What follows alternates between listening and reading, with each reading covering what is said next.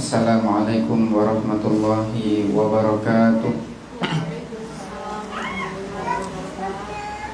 Alhamdulillahirabbil alamin wa bihi nasta'inu ala umuri dunya waddin.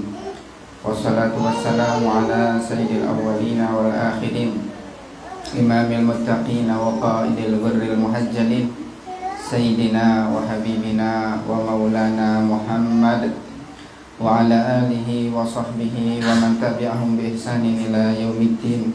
Subhanaka la ilma lana illa ma 'allamtana innaka antal alimul hakim. Rabbi shrah li sadri wa yassir li amri wa hlul 'uqdatam min lisani yafqahu qawli. Allahumma anfa'na bima 'allamtana wa 'allimna ma yanfa'una wa zidna ilman wa ikhlasan wa amalan wa alhiqna bi ibadikas shalihin. Allahumma inna na'udzubika min ilmin la yanfa' wa qalbin la yakhsha wa nafsin la tashba' wa da'watin la yustajabu laha. Amma ba'du. Hadratal muhtaram wa mukarram yang sama-sama kita hormati, kita muliakan guru kita Buya Yahya, Umi Fairuz dan keluarga. Mudah-mudahan Allah senantiasa memberikan kepada beliau semuanya sehat walafiat, diberikan panjang umur dalam keberkahan dan ketaatan, dan mudah-mudahan senantiasa dipermudah segala urusan-urusannya. Tak lupa yang kami hormati para ibu-ibu yang solehah, para akhwat yang dimuliakan Allah Subhanahu wa ta'ala. Alhamdulillah, puji syukur kepada Allah Subhanahu wa ta'ala. Allah masih memberikan kepada kita nikmat sehat, nikmat panjang umur, dan nikmat kita diberikan kemudahan dan istiqamah oleh Allah. Kita bisa bersama-sama hadir di majelis ini, kajian rutin tiap bulan dengan mengkaji kitab At-Tadhkiratul Hadramiyah. Mudah-mudahan Allah berikan kepada kita ilmu yang manfaat, ilmu yang barokah, dan mudah-mudahan duduknya kita di tempat ini menjadi sebab Allah turunkan keberkahan kepada kita, keluarga kita semuanya. Amin ya rabbal alamin. Ibu-ibu yang solehah yang dimuliakan Allah, insya Allah pada kesempatan kali ini kita bukan hanya mengkaji kitab At-Tadhkiratul Hadramiyah, tapi juga sedikit kita akan membaca kitabnya Imam Haddad, yaitu Adab Sulukil Murid. Jadi kita gabungkan antara belajar fikih kita dan juga belajar untuk memperbaiki akhlak kita dan menata hati kita. Bukan berarti yang berbicara sudah bersih hatinya, bukan. Kita sama-sama menata hati, belajar bebenah diri. Mudah-mudahan bagi yang berbicara ini, ketika menyampaikan penjelasan tentang menata hati, mudah-mudahan bisa menjadi motivasi dulu. Kita bisa lebih dahulu untuk mengamalkan apa yang kami sampaikan. Baik, kita mulai dengan mengkaji kitab At-Tadhkiratul Hadramiyah karya Al-Habib Muhammad bin Salim bin Hafidh. Kita sudah sampai di penjelasan tentang nawaqidul wudu, ya, hal-hal yang membatalkan wudu. Bismillahirrahmanirrahim. Qala musannifu rahimahullahu ta'ala, nafa'anallahu bihi wa bi'ulumihi wa bi asrarihi wa barakatihi fid dharaini ila an qala nawaqidul wudu. Nawaqidul wudu artinya hal-hal yang dapat membatalkan wudu. Nawaqidul wudu'i ay al-umuru allati yabtulul wudu'u biwujudi wahidin minha arba'atu asya'a, yaitu maksudnya hal-hal yang mana wudu bisa menjadi batal dengan salah satu dari 4 hal itu. Yang pertama adalah khuruju syai'in min ahadis sabilain, keluarnya sesuatu dari salah satu 2 jalan, ay al-qubuli wad duburi, yaitu lubang belakang dan lubang depan. Ya, ini di antara hal yang bisa membatalkan wudu.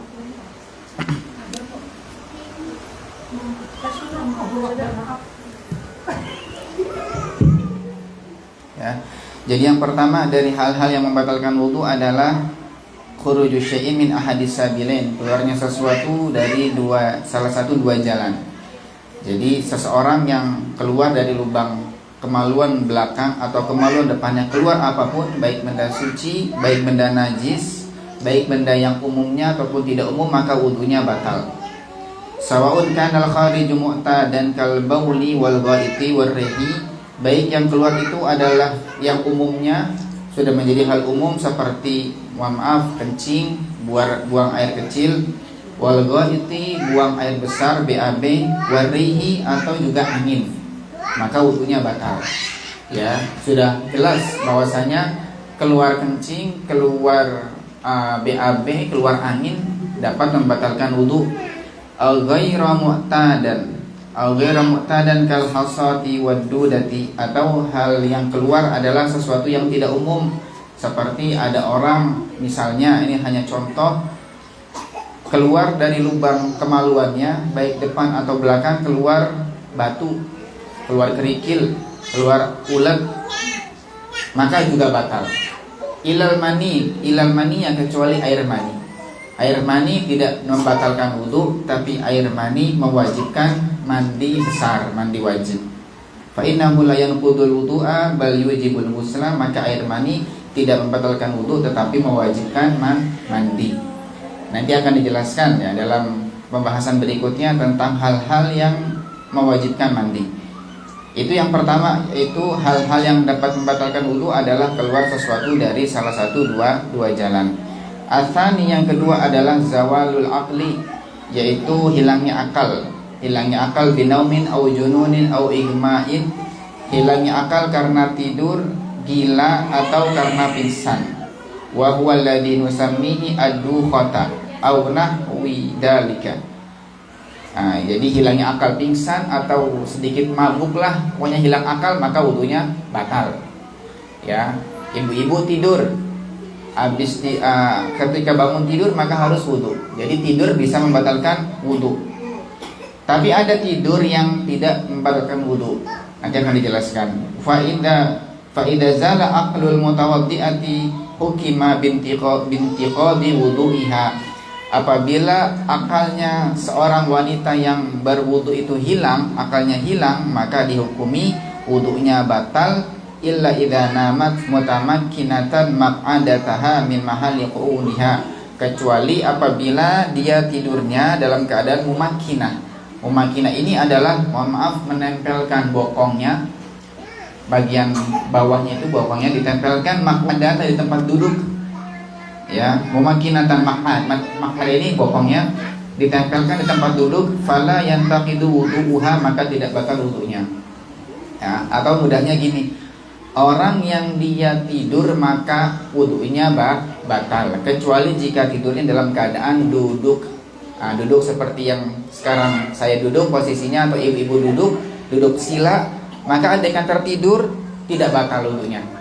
Asalkan ketika posisi duduk pun, posisi di mana bagian bokongnya ini tetap menempel di tempat duduk, di lantai, di tanah gitu. Kecuali jika tempat duduk yang empuk seperti kasur yang mungkin sedikit bergelombang, sehingga dengan walaupun duduk tetap begini mungkin masih ada celah.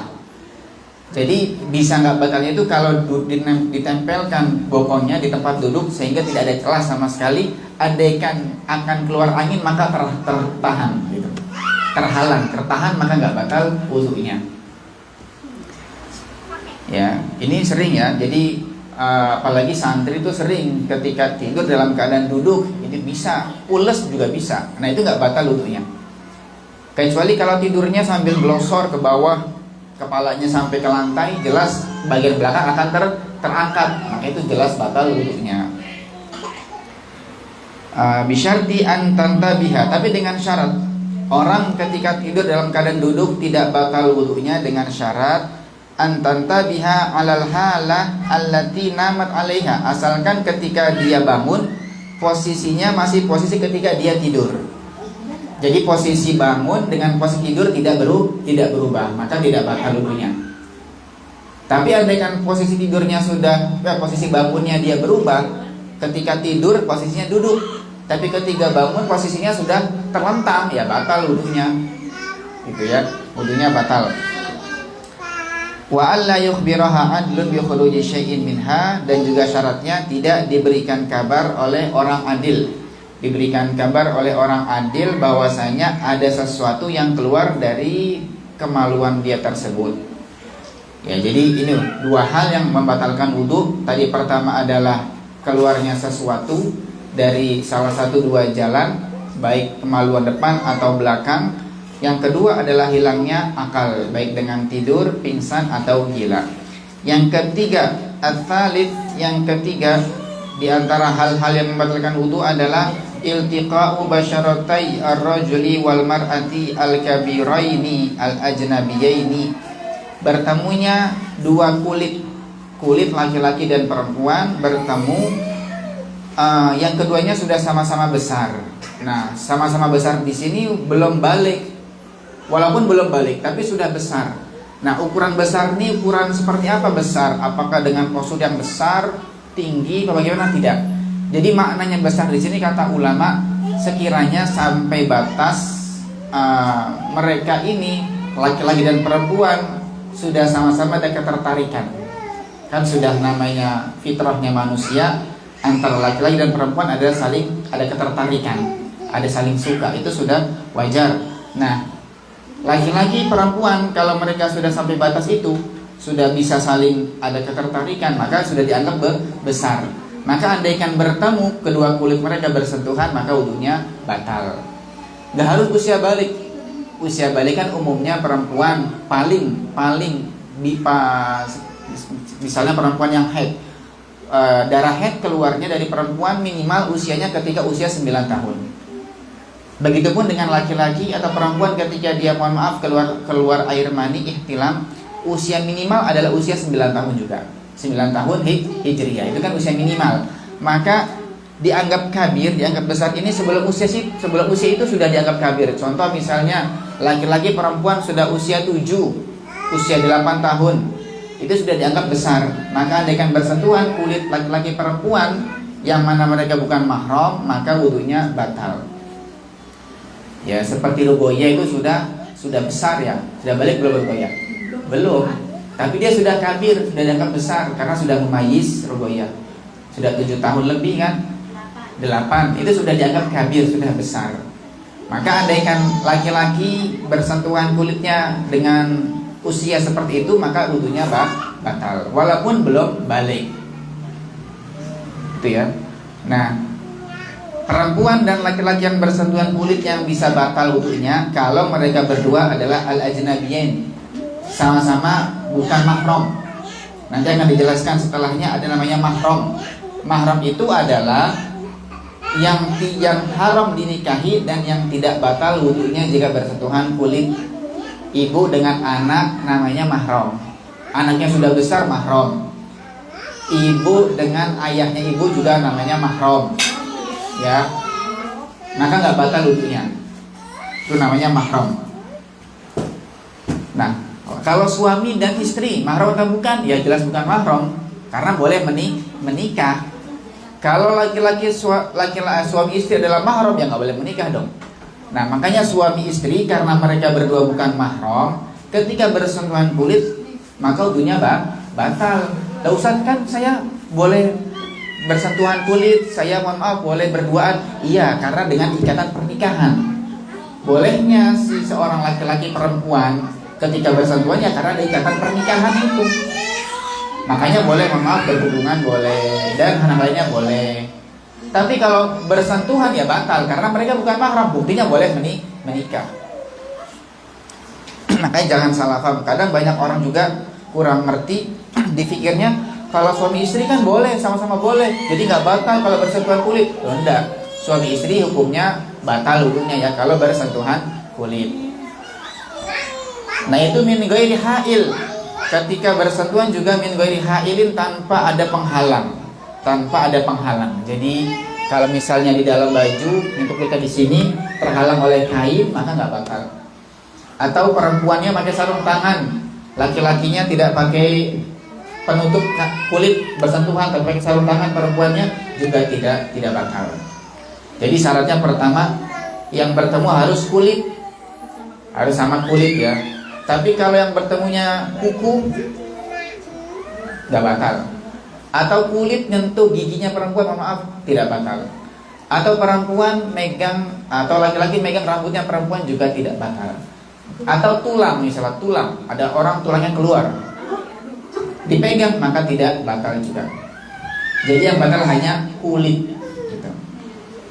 Makanya misalnya suaminya ibu-ibu ketika mau berangkat kerja, ibu misalnya pagi-pagi sudah wudu, sudah pengen siap sholat duha, sudah pengen siap ngaji nih. Insyaallah ibu-ibu soleh semuanya kan pagi-paginya ngaji sholat duha. Nah sudah siap dengan wudunya, pengen sudah pakai mukena, pengen sholat duha, pengen ngaji, ternyata suaminya pengen pamit berangkat kerja. Kalau pengen salaman kan nanti batal. Wah nanti wudu lagi malas. Saya sudah cium keningnya saja. Kan sudah pakai mukena, tinggal kecup di sininya kan boleh tidak batal wudunya. Atau misalnya andaikan belum pakai mukena, tinggal kecup di bagian rambutnya. Asalkan tidak botak ibunya. Tapi andaikan botak ya batal karena bersentuhan dengan kulit. Tapi kalau ada rambutnya kan terhalang dengan rambut. Gitu ya, bisa dipahami. Jadi yang batal adalah bersentuhan kulit laki-laki perempuan. Kalau sesama jenis tidak batal. Perempuan dengan perempuan, laki dengan laki tidak batal. Lalu harus sama-sama besar tadi ya. Walaupun belum balik, kalau sudah besar usia yang sekiranya ada ketertarikan maka batal. Dan juga keduanya bukan mahram. Min ghairi haidin, tanpa penghalang. Jadi syaratnya harus kulit, laki-laki perempuan, sama-sama besar, bukan mahram dan tanpa penghalang. Ada 5 syarat.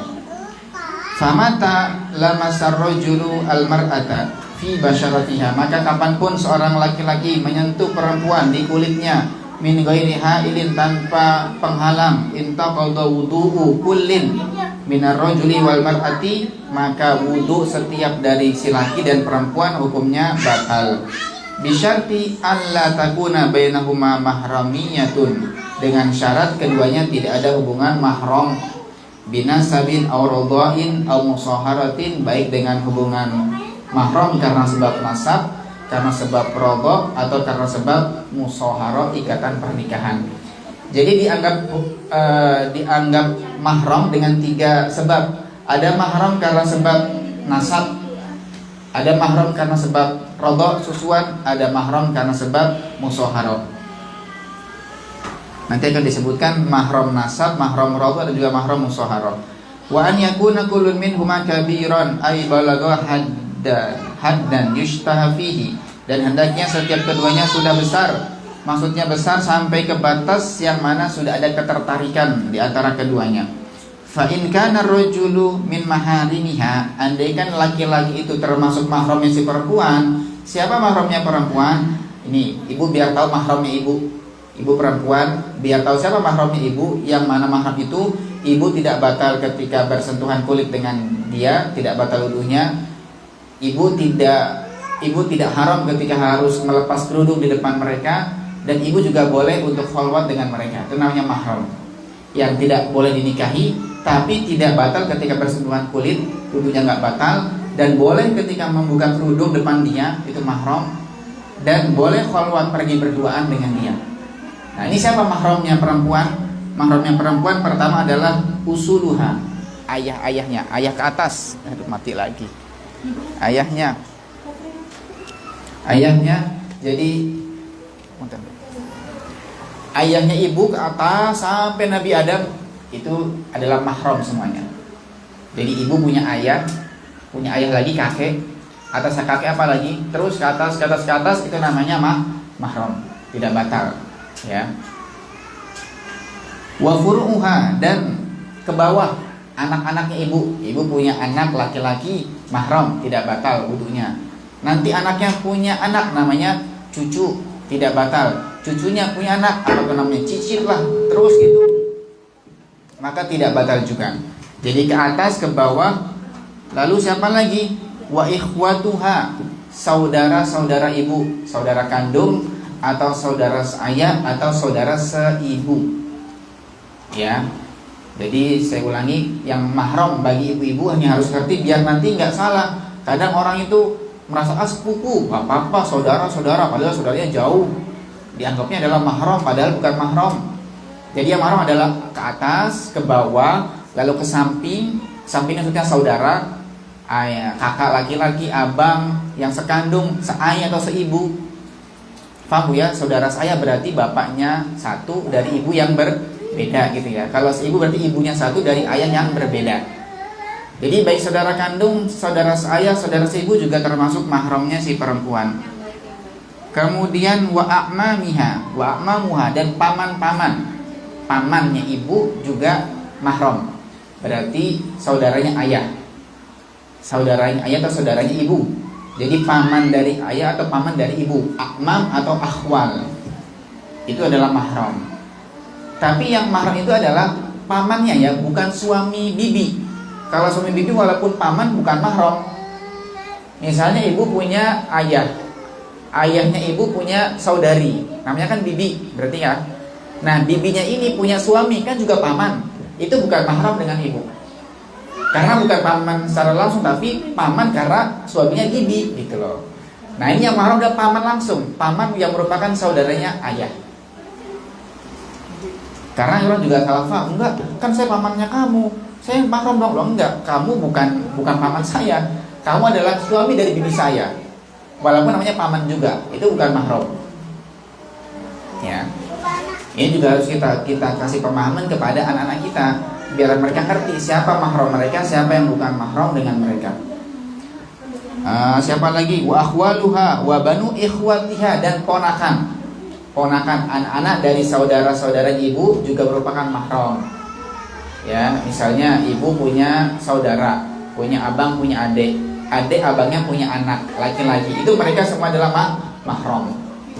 Berarti kayak siapa di sini? Kayak Mama Kafa. Mama Kafa punya saudara, terus punya anak. Nah, misalnya Mama Kafa dengan Salman, ya anaknya, ya betul nih ya. Mama Kafa kan punya adik Mbak Ipa. Mbak Ipa punya anak Salman ya. Itu Salman dengan Mama Kafa hukumnya mahram. Atau sebaliknya, Mbak Ipa dengan si anaknya Mama Kafa, siapa tuh? Kafa. Ya Kafa. ya Kafa ya. Berarti si Mbak Ipa dengan si Kafa mahram. Gitu ya. Ponakan ya, anak dari saudara-saudara. Siapa lagi? Wa banu akhwatiha, jadi anak laki-laki dari saudara laki-laki atau anak laki-laki dari saudari-saudari. Falana qadaw sawun kanu minan nasabi aw minar radha. Nah, mahram minan nasab, mahram minar radha itu sama dengan mahram minan nasab. Mahram lewat jalur susuan sama dengan mahram lewat jalur nasab. Jadi ada mahram lewat jalur susuan.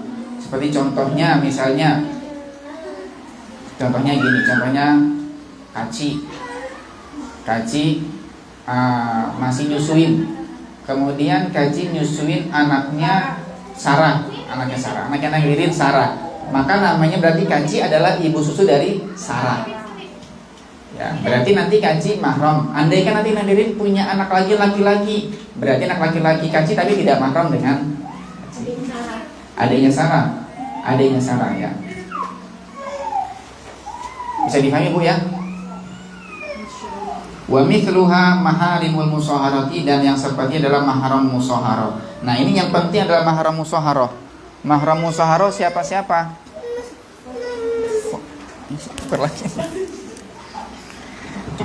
Mahram musaharah, mahram lewat jalur pernikahan. Siapa? Wahum usulu zaujiha. Mahram yang lewat jalur pernikahan adalah ayah-ayah dari suaminya ibu, berarti mertua. Mertua hukumnya mahram. Ya, mertua. Jadi ayah dari suami. Ke atas terus. Mertua, kemudian kakek ayahnya gitu terus ke atas, semuanya adalah mahram. Wa furu'i zaujiha, dan mantu, anak dari suami. Kok mantu, maaf. Anak dari suami. Jadi anak dari suami. Jadi ibu, misalnya anak tiri berarti. Wa furu' zaujiha, anak dari suami ya, bukan mantu, bukan. Wa azwaju ummahatiha, dan suami-suami dari ibu-ibunya. Suami-suami dari ibu-ibunya. Misalnya seorang perempuan dia menikah dengan laki-laki, maka seorang perempuan, azwaju ummahatiha, dan suami-suami dari ibunya si perempuan. Perempuan punya ibu, berarti ibunya dengan menantu laki-laki. Ya. Jadi gampangnya ginilah, ibu kepada mertua laki-laki hukumnya mahram. Nanti misalnya ibu punya anak laki-laki, punya anak perempuan, punya anak perempuan, anak perempuannya nikah dengan laki-laki namanya mantu, itu juga mahram dengan ibu. Mantu ya, mahram. Siapa lagi? Wa azwaju banatiha, dan suami-suami dari, ini mantu, suami-suami dari anak perempuan. Suami-suami dari anak perempuan. Falana qadha aidan, maka tidak batal juga. Nah, adapun ipar bukan mahram. Ipar itu mahramnya kalau dalam fikih praktisnya Buya, mahram sementara maksudnya haram hanya dinikahi. Ya, haram dinikahi karena tidak boleh, hukumnya haram mengumpulkan antara dua saudari dalam satu pernikahan atau antara seorang perempuan dengan bibinya. Jadi misalnya seorang laki-laki nikah dengan si perempuan A, lalu masih dengan si A dia nikah lagi dengan si B saudarinya, nggak boleh, hukumnya haram. Kalau pengen ceraikan salah satunya, baru nikah lagi dengan yang satunya. Jadi ipar itu bukan mahram ya, ipar. Berarti misalnya ibu punya suami, saudara dari suami ya, ipar itu bukan mahram ya, itu bukan mahram. Atau sebaliknya, seorang laki-laki punya istri, saudara istrinya dia juga bukan mahram, karena ipar bukan mahram. Jadi orang banyak salah disangkanya ipar juga mahram, kan saudara. Iya, namanya kan saudara karena ada ikatan. Tapi di antara saudara-saudara ada yang mahram, ada yang bukan mahram. Ini harus difahami biar nanti tidak sampai salah melepas hijab di depan yang bukan mahram, akhirnya berdosa. Wa kana idza kana al-iltiqa bisya'ri aw bisini aw bizulfi, ini sudah tadi. Begitupun kalau misalnya bertemunya kulit, bertemunya hanya dengan rambut atau dengan giginya atau dengan kukunya, au hunaka hailun, atau ada penghalang, fala naqdu aidan, maka tidak membatalkan juga. Baik. Ini tentang hal-hal yang dapat membatalkan wudu. Ini baru kita sebutkan 3. Yang pertama tadi adalah keluarnya sesuatu dari salah satu dua jalan, kemudian hilangnya akal. Yang ketiga adalah bertemunya dua kulit laki-laki dan perempuan yang sudah dewasa, bukan mahram dan tanpa penghalang.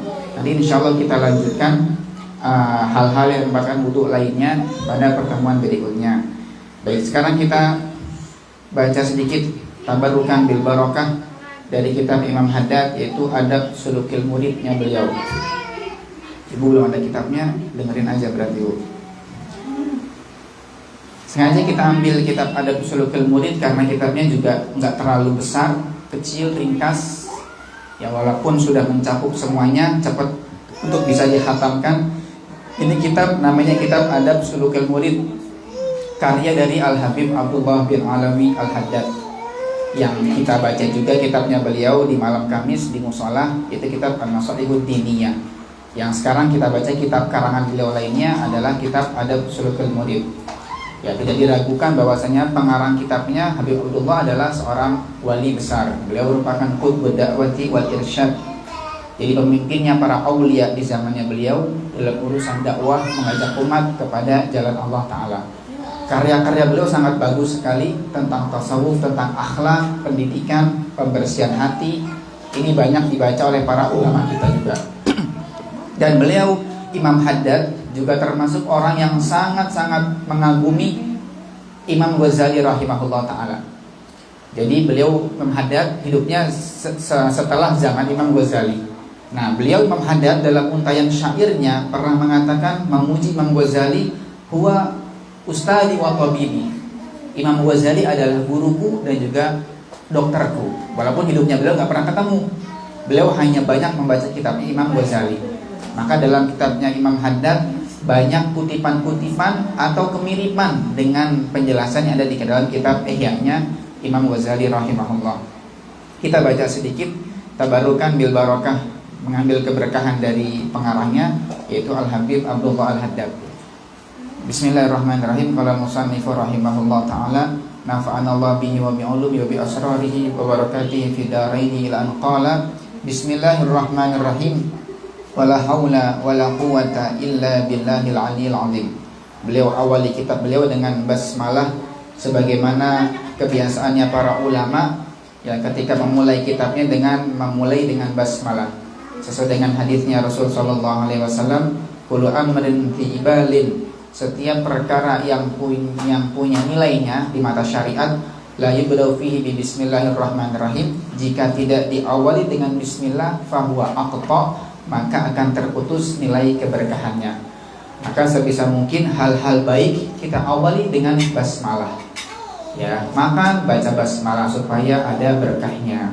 Kemudian tidur juga membaca basmalah supaya ada berkahnya juga. Setiap hal-hal kebaikan kita awali semuanya dengan basmalah. Kemudian juga Imam Haddad setelah memulai dengan basmalah, beliau memulai dengan la haula wala quwwata illa billah. Yang artinya tidak ada daya, tidak ada kekuatan kecuali hanya dengan Allah yang maha tinggi dan maha agung. Ini yang harus juga yang sering kita mulai. Jadi jangan sampai kita memulai sesuatu lalu kita mengandalkan kepada kekuatan diri kita. Harus kita awali dengan la haula wala quwwata illa billah. Dan kita perbanyak ucapan ini. Ini disebut dengan ghursul jannah. Jadi tanaman surga. Ya, disebutkan bahwasanya kalimat zikir la haula wala quwwata illa billahil aliyil azim merupakan ghursul jannah, tanaman di surga. Jadi barang siapa memperbanyak bacaan ini, insyaallah akan membawanya ke dalam surganya Allah Subhanahu wa taala. Dan supaya kita ingat bahwasanya ketika mengucapkan ini kita ini gak punya apa-apa. Ya, kita bekerja awali dengan ucapan la haula wala quwwata illa billah, karena hasilnya bukan karena kita tapi karena Allah yang menentukan. Usaha kita. Nanti untungnya banyak sedikitnya bukan dari karena usaha kita, bukan karena dari perencanaan kita, tapi Allah yang sudah menentukan. Bahkan sampai urusan mengajar pun, urusan mengajar, menyampaikan ilmu, awali dengan la haula wala quwwata illa billah. Ya, karena yang memberikan ilmunya adalah Allah Ta'ala. Andaikan Allah gak membuka hatinya para mustami yang mendengarkan, para hadirin, ilmunya walaupun sebagus apapun disampaikan gak akan pernah masuk ke hatinya orang yang hadir. Dan dia juga yang menyampaikannya, dia gak punya apa-apa, Allah yang berikan ilmunya. Ya, la haula wala quwwata illa billahil aliyil azim. Kemudian alhamdulillahilladzi yaqdhifu idza syaa fi qulubil muridina law antal iradah. Segala puji bagi Allah yang telah memberikan saat Allah berkehendak di hati-hatinya para muridin, hati-hatinya orang-orang yang ingin menempuh jalan menuju Allah Ta'ala. Allah berikan di hati mereka law antal iradah, secercik iradah, keinginan, kehendak. Maksudnya tidaklah seseorang melakukan amal kebaikan, amal soleh, kecuali Allah berikan gerak di hatinya dia hingga dia bisa melakukan kebaikan tersebut. Ya, tadi seperti yang pertama, jadi la haula wala quwwata illa billah. Orang sholat bukan karena dia bisa sholat, ya, karena Allah memudahkan hati dia hingga bisa sholat. Orang bisa ngaji, ibu-ibu bisa hadir siang hari ini. Kenapa? Allah berikan lau'atal iradah, ada kehendak. Allah kasih kehendak di hati ibu-ibu sehingga tergerak mudah datang ke sini walaupun repot bawa anak. Ada lau'atal iradah. Dan ini orang yang diberikan iradah ini adalah orang-orang hamba-hamba pilihannya Allah Subhanahu wa taala. Enggak semuanya orang, enggak semuanya hamba Allah diberikan kehendak oleh Allah untuk bisa berbuat kebaikan. Ya, dalam sabdanya Rasulullah sallallahu alaihi wasallam beliau menyebutkan man yuridillahu bihi khairan yufaqihu fid din. Barang siapa orang yang Allah kehendaki dengan kebaikan, maka orang itu akan Allah bimbing untuk belajar ilmu agama. Jadi saat ada orang kok mudah bisa ngaji, entah tiap pekan, entah tiap bulan, bahkan mungkin tiap hari, maka insya Allah orang tersebut termasuk orang yang dimudahkan untuk jalan kebaikan. Allah pengen dia menjadi orang baik, gitu ya. Jadi bersyukur ketika kita mudah untuk beramal soleh. Pertanda mudah-mudahan Allah golongan kita termasuk orang baik. Fayusrijuhum ila suluki sabilis sa'adah, maka iradah tersebut akan menggerakkan mereka para muridin untuk menempuh meniti jalannya kebahagiaan. Ya. Jadi ketika Allah berkehendak kepada seorang hamba ini pengen aku angkat, kata Allah, pengen aku muliakan, akan aku berikan dia kebahagiaan. Bagaimana caranya Allah mengarahkannya? Dia akan diberikan kemudian untuk belajar berbuat kebaikan sehingga dia bisa berbuat kebaikan. Ya, jadi jangan kita kira kita bisa sholat gara-gara kita kita bisa ngaji gara-gara kita, enggak, itu karena Allah yang mudahkan kita untuk melakukan itu semuanya. Apa sabilus sa'adah allati hiyal iman wal ibadah? Kebahagiaan yang sesungguhnya adalah saat seseorang di dalam dirinya ada keimanan dan dirinya mudah untuk melakukan ibadah kepada Allah Subhanahu wa taala. Itulah kebahagiaan yang sesungguhnya. Jadi terkadang kita banyak salah paham. Kita pikir bahagia itu tatkala kita bergelimang harta, tatkala kita hidupnya mewah, segalanya punya duit, pengen beli apa aja bisa. Enggak. Kebahagiaan adalah kata Imam Haddad, iman wal ibadah. Tatkala orang di dalam dirinya ada iman kepada Allah, iman kepada Rasulullah, dan di hatinya dan dirinya mudah untuk melakukan ibadah. Dan sebaliknya, manakala dua hal ini diambil oleh Allah dari seorang hamba, dirinya tidak ada iman dalam hatinya dan dirinya tidak mudah untuk ibadah, maka dia bukan hamba yang bahagia. Sebanyak apapun harta yang dia miliki, ya, supaya kita ini hidupnya tidak gampang ngeluh. Jadi kebahagiaan gak diukur dari secara zahir. Kebahagiaan kembali kepada diri kita masing-masing. Hati kita happy walaupun hidupnya sederhana, ya sudah bahagia, nggak ada urusan dengan orang lain. Ya, berapa banyak orang yang masya Allah hidupnya luar biasa, hartanya banyak, mobilnya berjejer, rumahnya tingkat berapa tingkat, tapi ternyata harus berakhir dengan tragis hidupnya, bunuh diri lah, stres lah, frustasi dan hal-hal lainnya. Padahal apa yang kurang bagi dirinya? Itu kan kalau Allah nggak berikan kebahagiaan, nggak akan bahagia ya. Maka kuncinya bahagia adalah manakala kita di hati kita ada iman kepada Allah dan diri kita mudah untuk beribadah. Ya kan? Bagaimana Allah Ta'ala katakan dalam Al-Quranul Karim, dalam firman-Nya, Man 'amila shalihan min dzakarin aw untha, barang siapa yang beramal soleh, laki-laki atau perempuan, wa huwa mu'minun, dan dia adalah orang beriman, janjinya Allah, falanuhyiyannahu hayatan thayyibah, akan kami berikan hidup yang baik untuk dia. Jadi kalau sudah iman, beramal soleh, nggak akan sengsara dia. Ya, orang mungkin ngelihatnya kayaknya kok sengsara itu orang, kok kayaknya serba kurang, fakir misalnya dan seterusnya. Itu hanya penilaian orang. Gak ada urusan, yang penting hatinya dia bagaimana. Hatinya dia bahagia, ya sudah beres. Gak ada urusan dengan penilaian orang lain. Ya, jadi kebahagiaan yang sungguhnya adalah sa'adah itu ketika iman dan bisa beribadah. Wa mahu kulli rasmin wa'adah, dan menghapus setiap zohir, rosem, hanya sebatas rosem saja. Jadi kalau sudah orang itu bahagia, gak ada urusan dengan zohir. Dia gak akan sibuk dengan penampilan dia. Ya kan? Oh, buat apa bahagia? Wah, gaya-gaya pakai mobil minjem. Bahagia dari mana dia? Bahagia, pakai motor bagus, ternyata dapat kredit masih belum lunas. Nggak bahagia. Itu orang kalau sudah bahagia akan dihapus semua rosan ada. Urusan zahir nggak peduli dia. Yang penting hatinya dia bisa merasakan kebahagiaan yang sesungguhnya.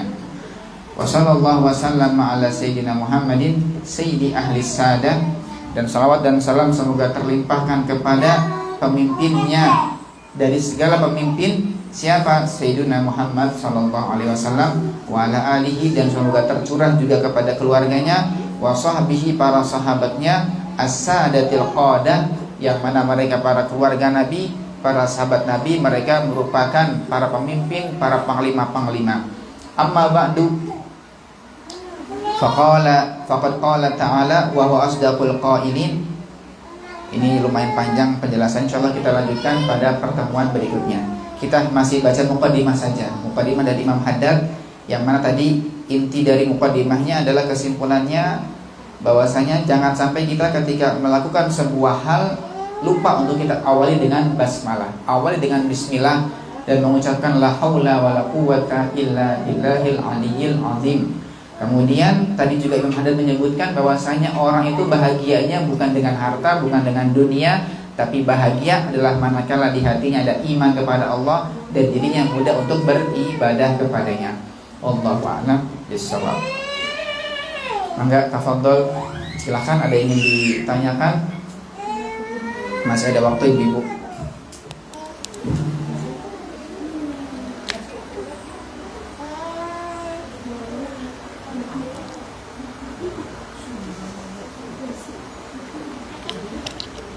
Sudah? Nggak ada?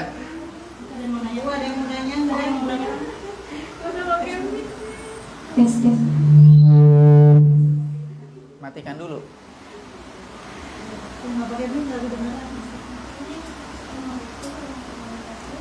Waalaikumsalam warahmatullahi wabarakatuh. Halo. Ustaz, tadi kan salah satu yang membatalkan wudhu itu tidur kalau duduk ya. Tidur duduk nggak batal? Yang tidak membatalkan wudhu. Kalau duduknya sambil selonjoran, sambil senderan itu boleh nggak sih? Baik. Assalamualaikum. Waalaikumsalam. Baik. Jadi tadi seperti kita jelaskan, sebenarnya posisinya nggak harus duduk. Pokoknya patokannya itu di, maaf, bagian sini ya, bagian bokong, maaf. Jadi manakala tidur tapi bokongnya itu sambil tersumbat dengan sesuatu, entah kalau duduk kan tersumbat, tertahan, maka nggak batal. Bagaimana cara kita tahu kita nih saat duduk ini sudah memakin atau belum bokongnya, sudah netok belum?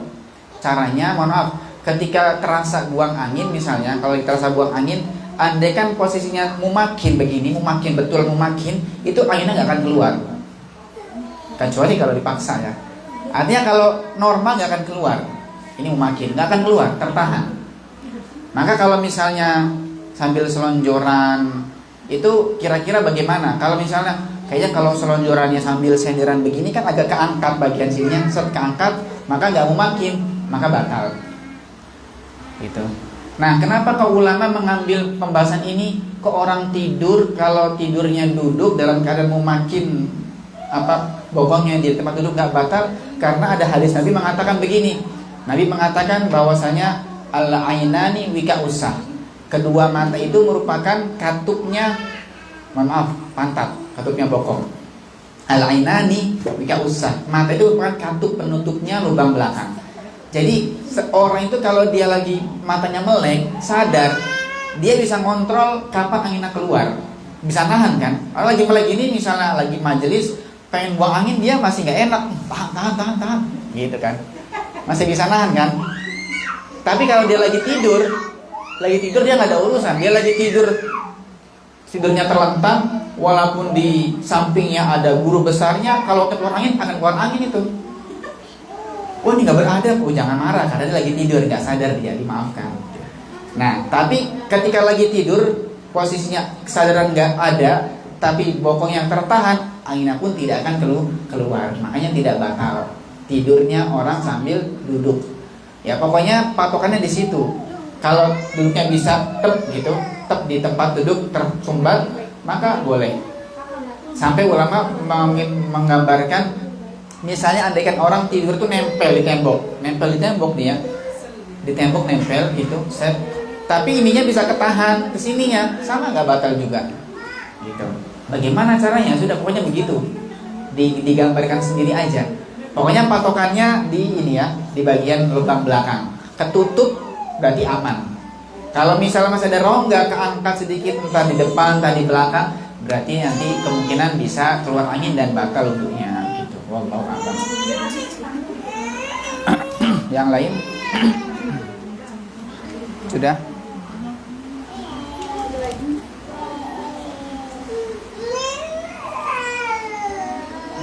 Sudah? Cukup ya? Cukup ibu-ibu? Sudah baca doa maulidnya? Sudah. Insyaallah kita lanjutkan pada pertemuan berikutnya, kajian berikutnya. Mudah-mudahan Allah berikan kepada kita ilmu yang manfaat, ilmu yang barakah, dan mudah-mudahan hadirnya kita menjadi sebab keberkahan buat kita semuanya. Berkah di keluarga kita, berkah di rumah tangga kita, berkah di rezeki kita dan anak-anak kita. Mudah-mudahan mereka, anak-anak kita dijadikan anak-anak yang soleh-solehah, yang berbakti kepada orang tuanya, patuh menjalankan syariatnya Allah, dan mudah-mudahan mereka menjadi kebanggaan Nabi-Nya Nabi Muhammad SAW. Dan mudah-mudahan Allah cukupkan kita dengan rezeki yang halal, penuh barakah, dijauhkan dari rezeki yang haram, dan mudah-mudahan Allah berikan kebahagiaan kepada kita sesungguhnya, kebahagiaan dengan iman, kebahagiaan dengan ibadah, dan semoga Allah jauhkan dari hati kita rasa tamak, rasa ragu, rasa cinta dunia. Allah jadikan dunia hanya di tangan kita, bukan di hati kita. Dan mudah-mudahan Allah berikan kamu dalam segala urusan kita, Allah kabulkan segala hajat-hajat kita, Allah mudahkan segala urusan-urusan kita, Allah jadikan rumah tangga yang sakinah, mawaddah warahmah, dan semoga Allah berikan kesembuhan kepada yang sedang ditimpa sakit, dan mudah-mudahan Allah berikan kita istiqomah dalam segala hal kebaikan, dalam segala amal soleh, dan Allah berikan kepada kita semuanya husnul khatimah ma'lutfi wal afiyah. Rabbana atina fid dunya hasanah fil akhirati hasanah wa qina adzabannar. Sallallahu ala sayyidina Muhammadin wa ala alihi wa sahbihi wa sallam, walhamdulillahi rabbil alamin. Bismillahil Fatihah. Bismillahirrahmanirrahim. Alhamdulillahirabbil alamin arrahmanirrahim maliki yaumiddin. Iyyaka na'budu wa iyyaka nasta'in ihdinas siratal mustaqim siratal ladzina an'amta 'alaihim ghairil maghdubi 'alaihim waladdallin. Amin. Sekian dari kami, mohon maaf atas segala kekurangannya. Wal afu minkum. Wassalamualaikum warahmatullahi wabarakatuh.